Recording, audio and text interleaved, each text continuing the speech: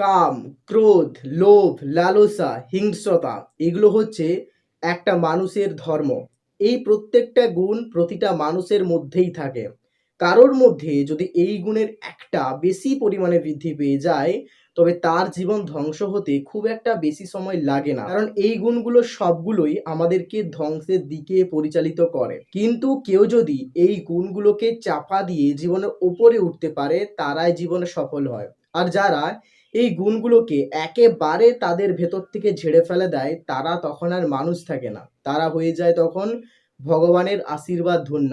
তখন তাদের ক্ষমতা অনেকটা ওনার মতনই থাকে, যিনি আমাদেরকে সৃষ্টি করেছেন। তিনি আমাদেরকে বলে দিয়েছেন কিভাবে আমাদেরকে কাজ করতে হবে।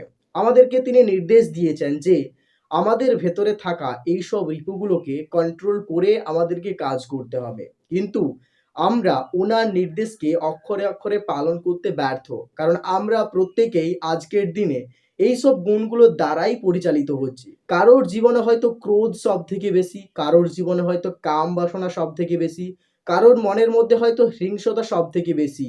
আজকের দিনে প্রত্যেকটা মানুষের মনের মধ্যেই এই গুণগুলো রয়েছে। এই গুণগুলো যার মধ্যে থাকে, সেই মানুষটা ধীরে ধীরে সমাজটাকে নষ্ট করে ফেলে এবং তার পরিবারের সন্তানেরাও তার মতো করেই বড় হয়। তাই জীবনে যদি ভালো কিছু অর্জন করতে চাও, জীবনে যদি ভগবানের আশীর্বাদ ধন্য হতে চাও, তবে তোমাকে অবশ্যই এই রিপুগুলোকে দমন করতে হবে। ভগবান শ্রীকৃষ্ণ বলেছেন সব কর্মের ফল কিন্তু এখানেই ভোগ করতে হবে। তুমি যদি অন্যকে কষ্ট দিয়ে থাকো, তুমি যদি অন্যকে ব্যথা দিয়ে থাকো, তুমি যদি কাউকে আঘাত করে থাকো, তাহলে তার পাপের ফল কিন্তু তুমি একদিন অবশ্যই পাবে। হয়তো কিছুটা দেরি হবে, কিন্তু ভেবে যেও না তুমি পাপ করে যাচ্ছ আর তুমি ছাড়া পেয়ে যাবে। এটা কিন্তু কখনোই হবে না।